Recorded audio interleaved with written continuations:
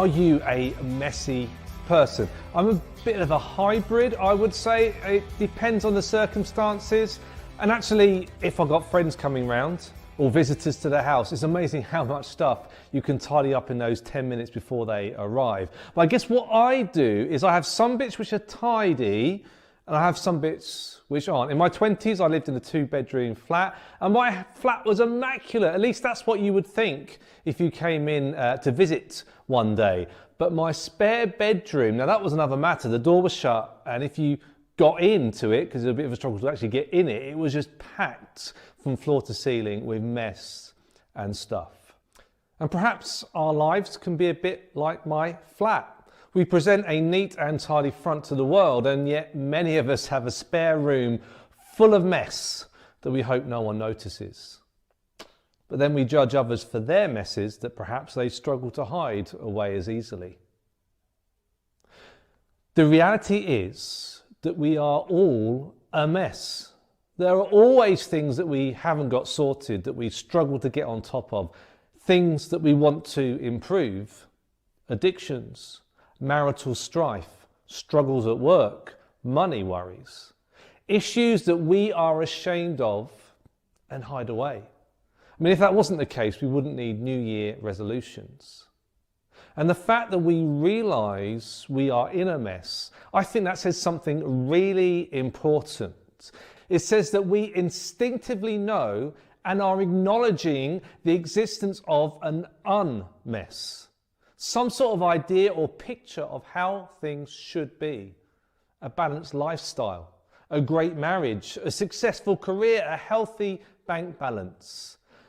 There is a standard for life that many of us are just failing to meet. And even if we're feeling a bit chuffed with ourselves at the moment because, well, life is great and we're on top of the game, we know that we've messed up in the past and there's probably just another mess around the corner. But where does this standard, this benchmark come from? How do we know what to compare ourselves to? Now we're going to look at a letter written by a guy named Paul. He was a Jew who lived about 2,000 years ago, and he was a clever guy. He was trained by all the best teachers. He was pious in his faith. He was on the up, and he was a persecutor of Jesus followers, who he saw as a cult, a corruption of Judaism. That is until he had an encounter with Jesus and became a follower of him.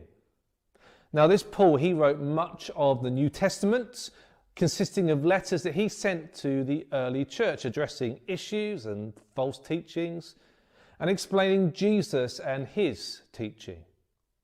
And we're going to look at just a small part of a letter that he wrote to the Christians, the church in Rome.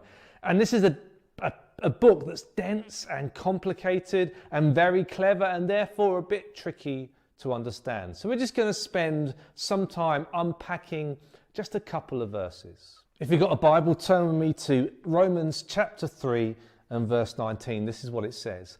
Now we know that whatever the law says, it says to those who are under the law. So what does this mean? Well, all that it means is that if you place yourself under the law, then the law is over you. It has a right to tell you what you can and cannot do. Now for Paul, who wrote Romans, as a pious Jew, he was living under the law of the Old Testament, the Torah, where hundreds of rules and regulations covered every aspect of his life. It told him what he should and shouldn't do. Now you're probably not living under that law, but we all place ourselves under a law. So if you want to drive, you have to have a license and you have to follow the rules of the road. The other month I was in Atlanta. It turns out you can turn right on a red light, but please don't try that in the UK, because when you're driving on the UK roads, you put yourself under the UK highway code. It's over you. And at school and at work, there are rules of conduct. There are ways we should behave and act. And we have to agree to those in order to be there. We all come under something external to ourselves, a minimum standard that we are supposed to meet. The law of the land is over us. It says what we can and cannot do. And if we feel that someone isn't living up to that standard, well, we appeal to the law courts, because we are under a law and the law is over us, whether we like it or not. But the reality is that our standards, well, they don't just come from the law books. There are many other places that this standard comes from. Perhaps it's religion, or societal expectations, or airbrushed images in magazines and on the internet. Perhaps it's our own conscience telling us that we're just not good enough. Whatever it is, they give us an idea of what an unmess looks like. Now, my middle daughter is particularly untidy. And when our room gets to the point when we can no longer see the floor, we tell her in no uncertain terms that she needs to tidy up. But by that stage, when it's too late, the task is too great and she is overwhelmed and paralyzed, not knowing, well, even where to start. And life can be like that. And at some point or another, we will find ourselves buckling under the weight of expectations, failing to live up to how we know or are told things should be. And if I'm really honest with myself, I can't even live up to my own expectations, let alone the external expectations placed upon me. So how do we respond? How do we address the mess that we find ourselves in? What do we say when we mess up? Well, perhaps you have had it said to you, or maybe you've said it yourself. Well, nobody's perfect. In other words, you can't expect me to always get it right. Everyone makes mistakes. It's a one-off. I usually get it right. See, we tend to look at our situation and our mistakes as an exception. We have an excuse. We know why it happened. It's understandable, an honest mistake. See, you don't know what it's like for me. You don't understand. It wasn't really my fault.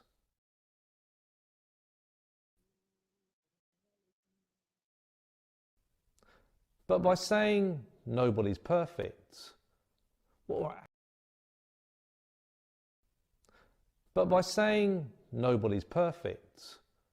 we're actually acknowledging is there is a perfect that nobody is. There is a golden standard, a benchmark of perfection that exists that, well, nobody is living up to. Not me, not you, not anyone. It's a standard, a law that is over us and beyond us. We find ourselves under the weight of that law. Let's go back to what Paul says. Paul continues. Now we know that whatever the law says, it says to those who are under the law.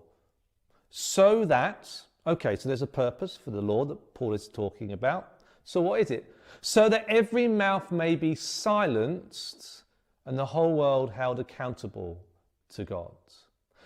The purpose of the law that Paul is talking about here, the law given to the Jewish people by God himself, the purpose was not to make people perfect.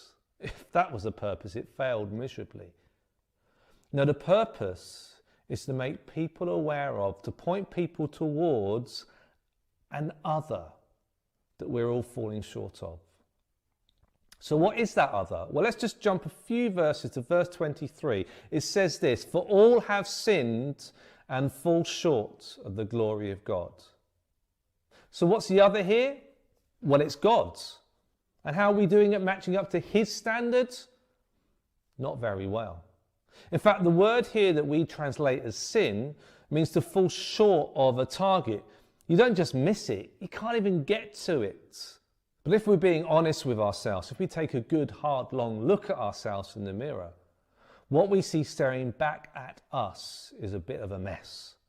And if we compare ourselves with that standard, that other, rather than looking and comparing ourselves with those around us, we see how far short we fall. And therefore, as Paul says, we are silenced.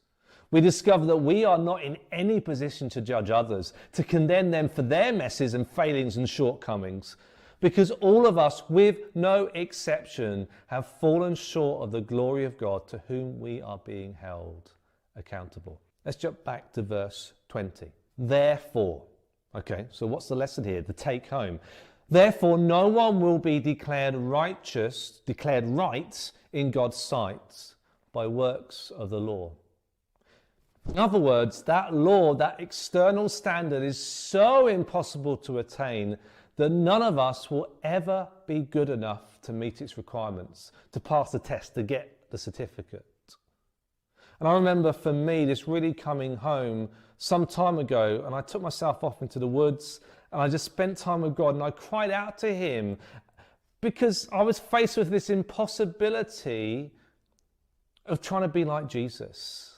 I mean, how could I be like him? How could I be good enough when only perfection is good enough? Because you see, that's the biggest problem of the law. And Paul points that out when he writes, but through the law we become conscious of our sin. When faced with God, when placed next to God's standard, we just don't measure up. It's like spending a fortune to go to Alton Towers or another theme park only to find that you're too short to go on any of the rides. And you stand against the sign with the minimum height mark, and you are nowhere near, not even if you stand on your tippy toes. The law, the rules, the regulations, they cannot save us and they cannot make us perfect. But what this perfect standard does do is it makes us aware of our messes. And what that does, which I think is a real positive, is that it awakens us to something or someone outside of us, a standard to which we are accountable. In the last century, there lived in the UK a man called C.S. Lewis. You may have heard of him. He was an academic. He was an atheist who turned to God and became a follower of Jesus. He lived during the Second World War, and he was incredibly clever, and he wrote many books arguing the case for Christianity. And in one such book, Mere Christianity, he explores the concept of morality. And in chapter 1, he describes how people argue. I was here first. It was my turn. You can't say that. Leave him alone. Why did he do that? He observed that when we argue, we refer to a standard that the other person should be living up to. A standard that's external and independent. It's not just made up. And very rarely in an argument do we reject the standard. Instead, we try and persuade the other person that we are living up to that standard. They just don't realize it. Lewis highlights the fact that as human beings, we appeal to a standard of behavior and decency that he referred to as the law of human nature. It's a law that transcends time or culture, and it lays down a benchmark for all humanity to compare and contrast itself and all its messes to. This is what he writes. The law of gravity tells you what stones do if you drop them. But the law of human nature tells you what human beings ought to do and do not. And he continues, human beings all over the earth have this curious idea that they ought to behave in a certain way and cannot really get rid of it. The reality is that we cannot escape this law, this standard, this benchmark that is external and otherly. We know it's there. We feel its pressure. We appeal to it when we feel wronged, and we compare ourselves to it and find ourselves wanting. C.S. Lewis argues, and so does Paul in his letter to the church in Rome, is that if we can feel that pressure, if we feel our conscience kicking in when we do something wrong, if we are able to see how messy and imperfect we are, then we are recognizing that there exists an other that is unmessy and perfect. And Paul and C.S. Lewis tell us that that other is God. So you can put it like this. If you can see your mess, you're just one step away from seeing God. So where do we all go with this? Well, during the rest of this series, during the rest of January, we will discover that despite our mess, in fact, right in the midst of our mess, there is hope. And that being perfect has never been the goal, and it shouldn't be the goal for you. Because the most important idea that we need to grasp is that acknowledging our own messiness should make us less convinced of our own infallibility, and therefore more forgiving of others' failings and more open to God's. It should cause us to stop judging and start empathizing, because we're all in the same boat. We've all sinned and fallen short of the glory of God. We need to stop pretending and start being real. My life's a mess.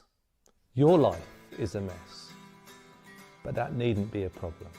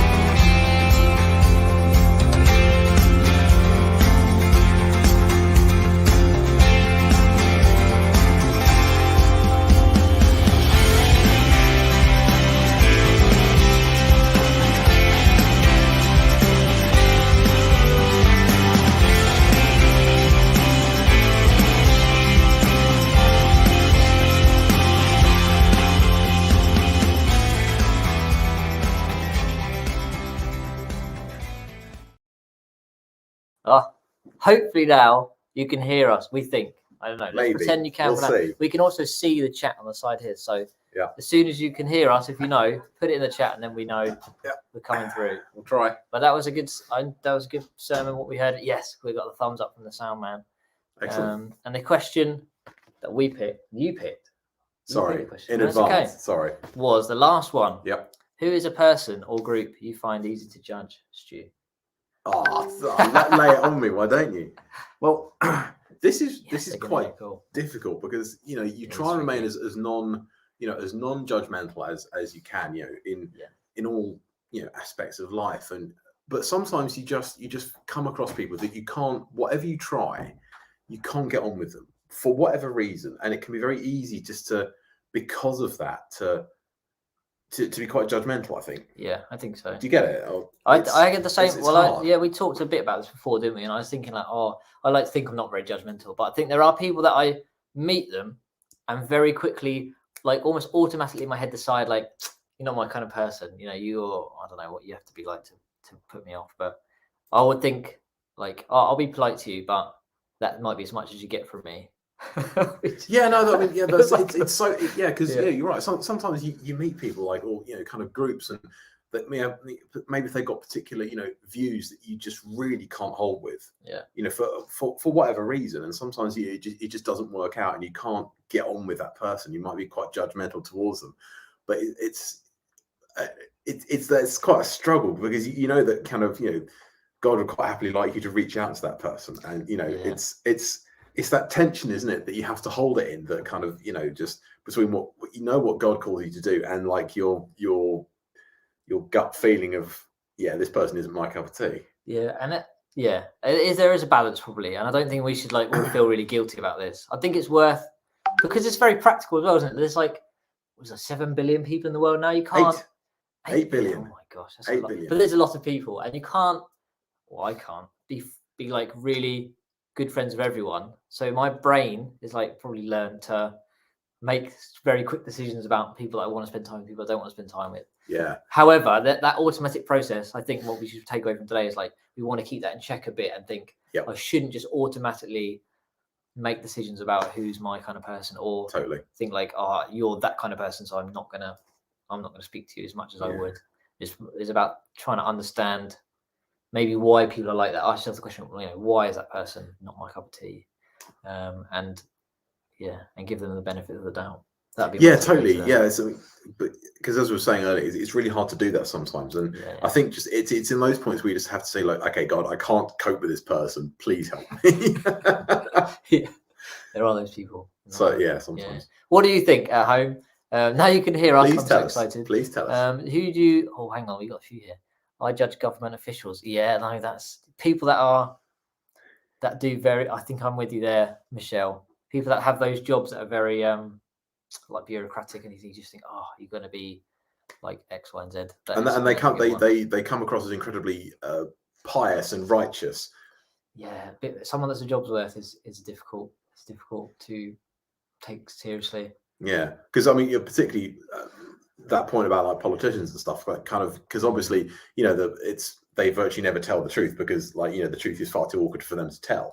And so kind of if you find yourself like putting absolutely all the MPs, politicians, whoever it is, like into the same distrustful bucket over here, and there's probably quite a few MPs that are genuinely trying to do good, but there must be some. Yeah, you probably find that they're not the ones hogging the limelight in front of the cameras every day. No, this is true. So it's true. That was a good one.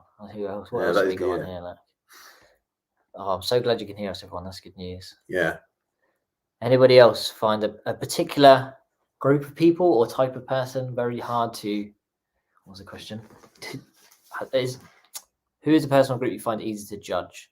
Yeah. How can you recognise common ground with these people? And that's another good part of the question. I guess that's probably the best way to approach it. So you have to find that one thing that perhaps you can connect with them over. Which there must be something with everybody. We're all human, aren't we? At the end of the day, and we're all flawed. And like Mark said, my life's a mess, your life's a mess. Everybody's life is a mess in some way. And those people that you meet and you think, oh, I just can't. The reason that they're like that is just something that we can relate to. I think probably, isn't it? And more than likely. And that's what we need to be thinking about is like, why do you do? You could even ask them a question. That might be an interesting. Why are you like you are? Why are you such a? Yeah, maybe not that way, but I think if we can understand people, it really does help. Yeah, absolutely, absolutely. Yeah, totally.